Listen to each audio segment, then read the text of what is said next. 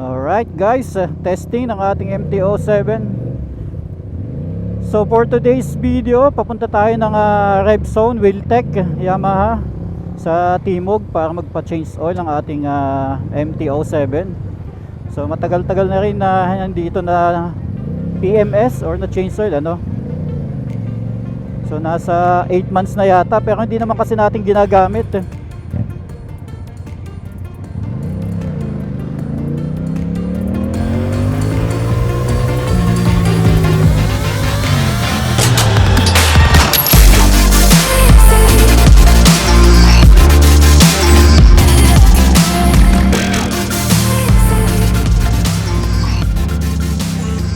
So kahit di natin nagagamit yung ating motor, kailangan nating magpa-change oil.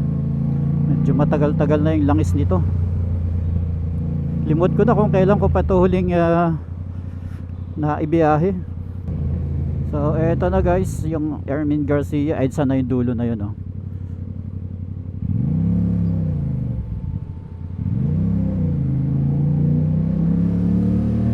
So dito tayo lumusot instead na mag-Aurora Boulevard tayo na matraffic. So dito tayo papasok sa kanan.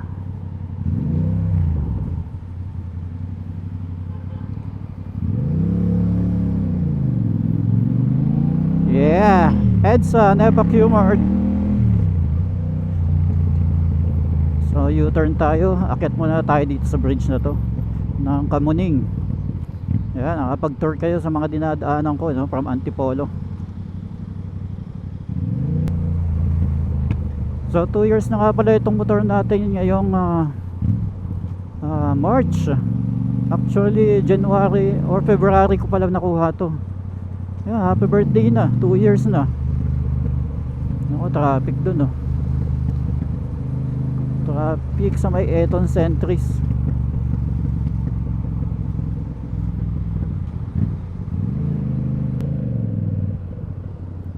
Uy, Alpine Star. Nandito pala yan.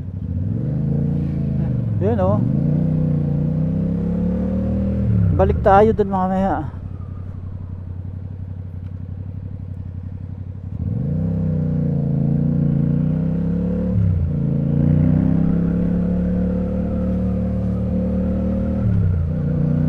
Tingin tayo ng boots doon. So doon pala ang Alpine Star. Teka, saan ba tayo lulusot? Dito na tayo dumaan sa kanan. Eugenio Lopez, sakto. Orange na, dito na tayo. Parang medyo malambot yung gulong natin. Mabigat iliko. So tama lang pala ang 30 dito. Nakikita ko na si Wheeltech. Ayan, sa kaliwang yan, Revzone. Change oil tayo. Shit, saan ba tayo dadaan? Parang may nakaharang.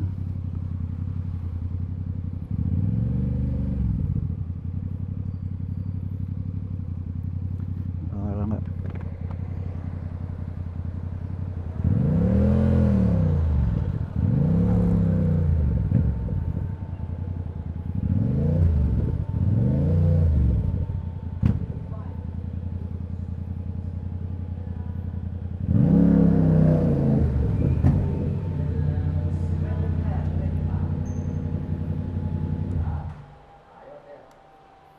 dito ko pa rin pala. Long time no see. Wala, hindi ko nagagamit 3K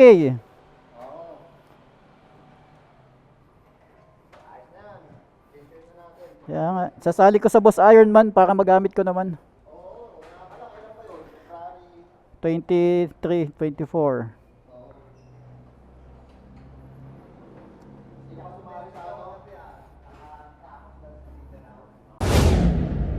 Alright guys, andito na tayo ngayon sa Yamaha Revzone Wheeltech dito sa may Timog. At andito tayo sa launch ng mga waiting area Yung ating motor na ayun So sine-check na para sa ating PMS. Actually change oil lang siguro to. Wala namang masyadong papalitan. Yung filter natin okay pa rin naman. At may nakita ako dito guys na XSR 155. Ang ganda ng kulay niya. Ito, ayan. Ayan oh. Diba, ang ganda ng kulay niya. Parang baby blue. So kung natatandaan nyo guys, nagkaroon na tayo ng XSR, nabenta rin agad natin. Actually dun tayo sa motor na yon, nag pace reveal. More than 1 year na rin, siguro mga 1.5 year. So ikutan natin tong motor na to guys. Ayan, so ito yung bagong kulay nila. So ganun pa din guys, so disc brake pa din. Malaki yung plato ng disc. Ayan, double piston, inverted fork, yun ang maganda dito. And then yung headlight niya, ayan. Diba classic siya. So hindi ko lang sure kung LED o bulb na rin, hindi natin masyadong makita yung signal light. Pero LED yung kanyang headlight. Ganda ng kulay niya. So hindi pa nakakabit yung side mirror, ayan.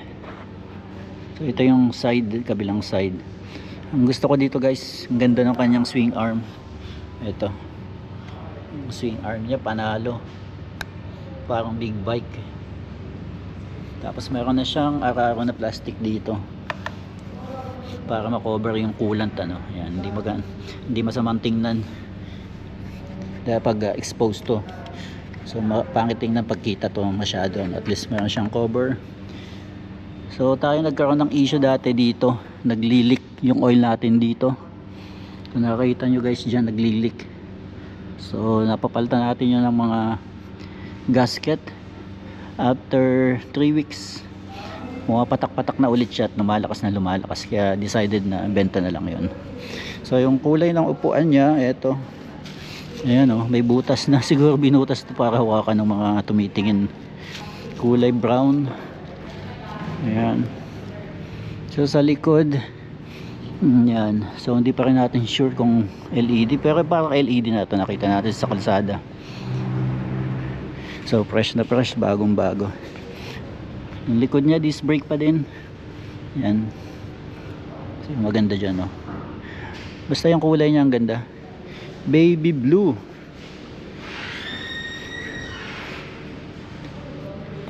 So ito, yung tangke, actually cover lang to, meron talagang metal pa dito. XSR yung kanyang emblem dito na silver. Tapos gasolina, yung susian yan dito pa din. Ayan. Ito digital na siya, may plastic pa.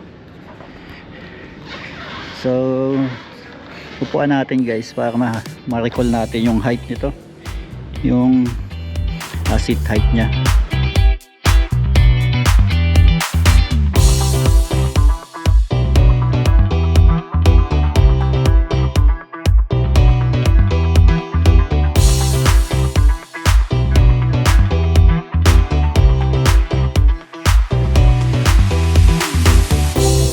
So guys, nakita nyo naman yung seat height. Ang height natin is 5'5" lang. Kung tutusin, mas mataas pa to sa ating MT-07, kasi yung kanyang profile sa likod ng gulong mataas. Ayan, So kung magpapalit tayo ng gulong dito, low profile, smooth na yung ating pagkakaupo. So yan yung XSR 155. May apat na kulay pala dito. Ayan, Ayan. So actually napakadami ko na nakita sa kalsada nito. Pakita natin yung radiator. Ayan, so maliit yung kanyang radiator. Yan yung kamay ko. Busina.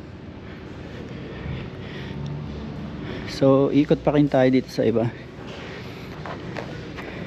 Ito naman yung Tenere 700. So parehas to ng engine ng ating MT-07, pero napaka sports dito, meron siyang metal dito. So may guard na, engine guard. Tapos yung apakan niya guys, ay may tusok-tusok, kapit na kapit yung mga boots dito tsaka dito. So ito yung Tenere 700. Grabe ang taas ng suspension sa harapan. Ito, Ang haba. Tapos yung radiator niya may cover na rin. Yan. So maganda nito, Brembo. Yung kanyang caliper angas. Tapos mga naka-spoke siya, no? Rayos, ano. So kagandahan nito guys sa mga rough road, mga lubak-lubak, hindi basta-basta bibigay yung rim mo or mabebengkong, kasi ma-absorb nito mga rayos na to, mga spoke. So may cover na din yung shock niya dito, may plastic siya para sa mga putik, bato-bato. O, plastic lang siya. Grabe ang taas ng upuan. So wag na nating subukan tong upuan. Ang taas. So mga 850, 870 yata to. Kanyang seat height. Nasa gilid yung tambutso niya. Ito. Grabe, Brembo din yung likuran. Ayan. So ang kapal ng disc brake, no? At mayroon din ditong rayos na. So ang laki ng gulong. Ayan, 150. Hindi siya ganun kalapad kasi off-road tire nakakabit. Pero malaki siya at makapal. Ayan. So ano to, may mga ganun. So ikutan natin. So eto yung kanyang LCD. Ayan, oh. Nakalakba manibela. Ayan, pantayin natin manibela. Grabe ang taas talaga. Yung tangke niya hindi ganun kalaking tingnan. Tapos ang dami niyang ano, ayan, oh, projector lamp, 4. Hindi ko lang alam kung malakas na to, no? Malakas ng buga ng ilaw. Tapos bulb type yung signal light nito, mga LED na naka-spot siya. Ayan, oh, mga ilaw niya. So may guardrail na rin siya, o hand guard. Ito, manipis lang siya, pero siguro kaya naman ito pag na-drop, na flexible siya, no? Yan. So ito yung, so pares na pares ng makina ng MT-07. Yan, napaka powerful din ito. Grabe yung upuan. Gagpas bewang ko ng upuan, no? Taas.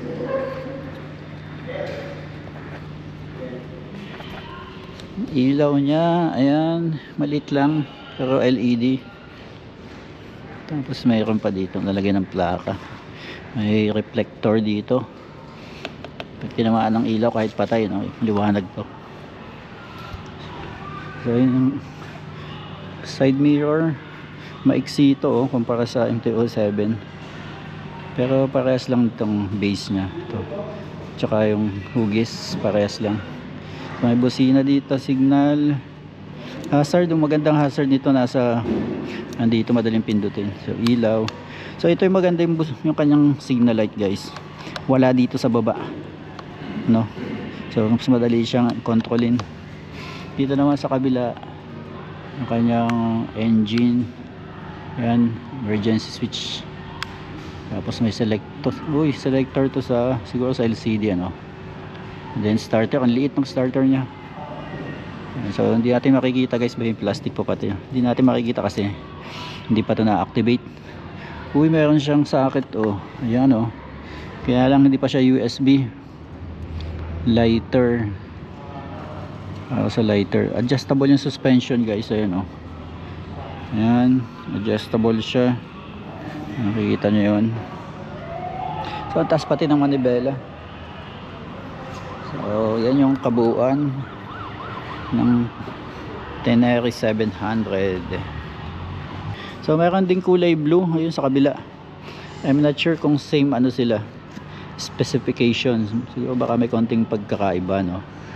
So para sa akin yung kulay magkaiba. So maganda tong blue kasi flagship color nila, ang kulay blue,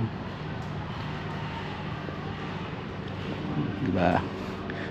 Talagang off-road.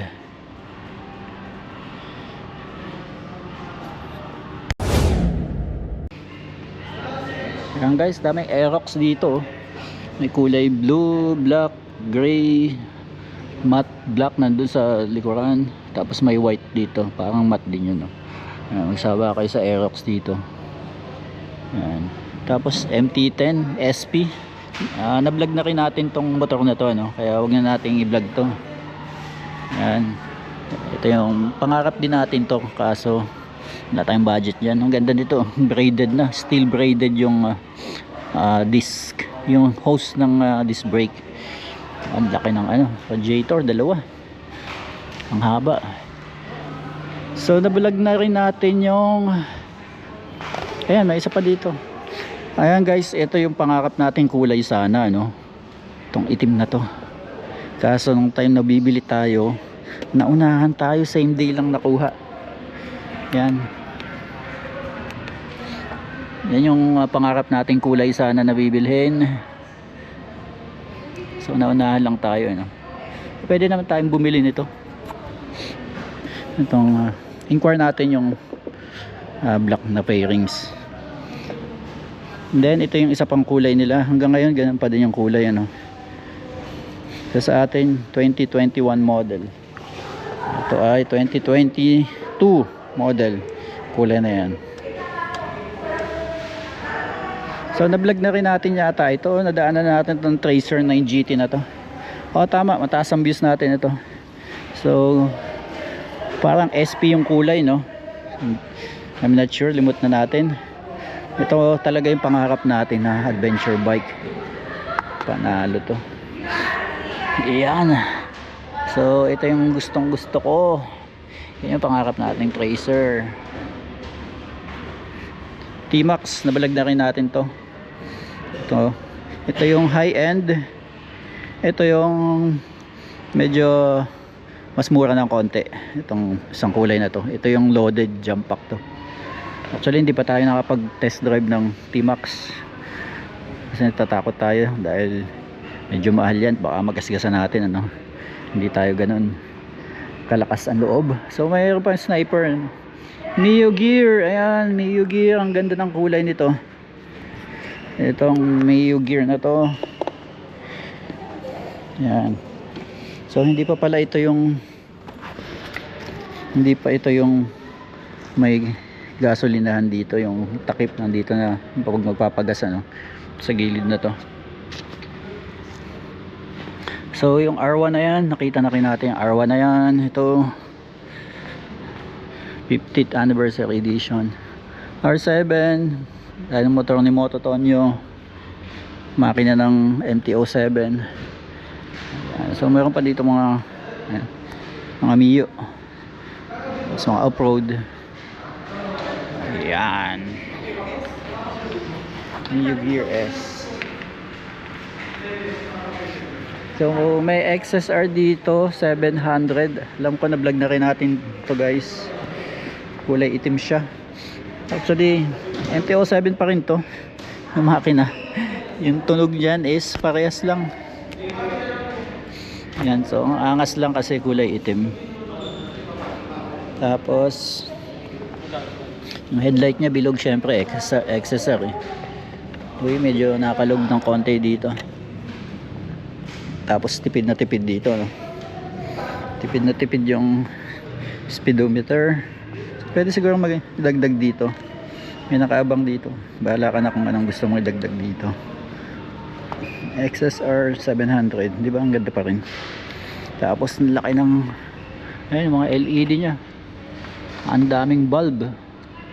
So LED na siya, LED din yung signal light. XSR 900. So mas masyado ng malakas itong makina nito para sa atin. Para sa makina ng MT-09 at saka yung Tracer. Gagi, ang ganda ng Tracer talaga. So guys, hintay lang natin matapos yung ating PMS. Tingnan natin yung motor natin. Ayan, nakataas na siya, binuksan na. Ayan, Ayan, angas. Huwag lang malolobat, yari tayo mamaya. Yun,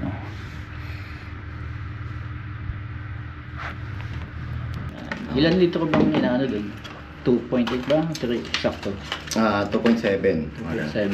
So may natitirang konting-konti. So ito. Sige. Ayan, tapos na yung ating motor guys dito sa service. At shoutout sa mga na mechanic nila ditong magagaling ano. Ayan. So lalabas na natin yung motor. Ayan. Dito pa rin sa Revzone Timog. Ayan.